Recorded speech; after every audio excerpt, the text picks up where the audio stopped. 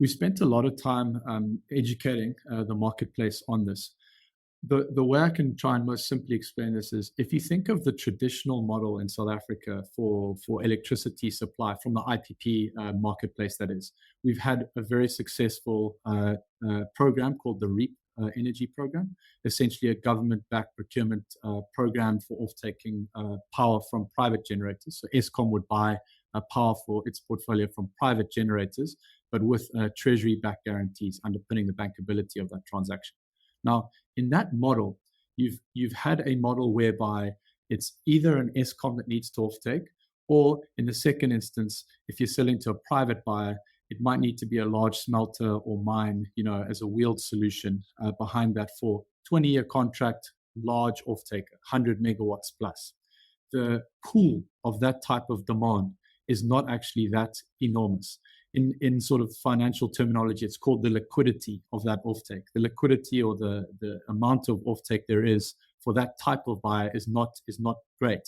What we're saying is with a trader model, with us entering the market, we're able to basically form an aggregation of, let's say, in the first instance, if it's 100, or let's say as an example, it's a 100 megawatt buyer for 20 years, we can find 10 times 10 megawatt buyers for 20 years. Some of them might be off-taking for less than 20 years. Some of them might off-take for 10 or 5 or 10 years.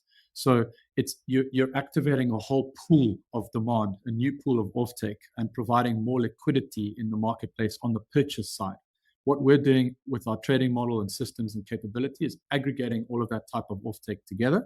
We're providing a new pool of demand to facilitate construction of power plants to supply. So we'll take that aggregated pool of demand, the new pool, and we will put together a bankable guarantee and offtake.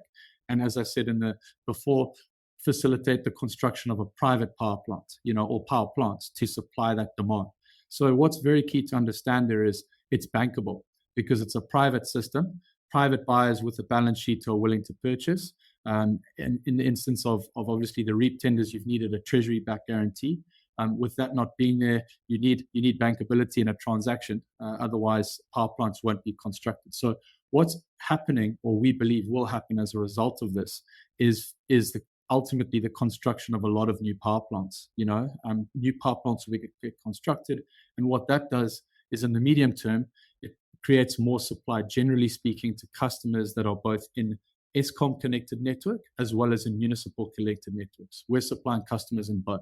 So you'll have the end result being more power, more clean, and more affordable power that will be available to the market. And also, very importantly, a positive byproduct of this is it mitigates load shedding risk in the medium term.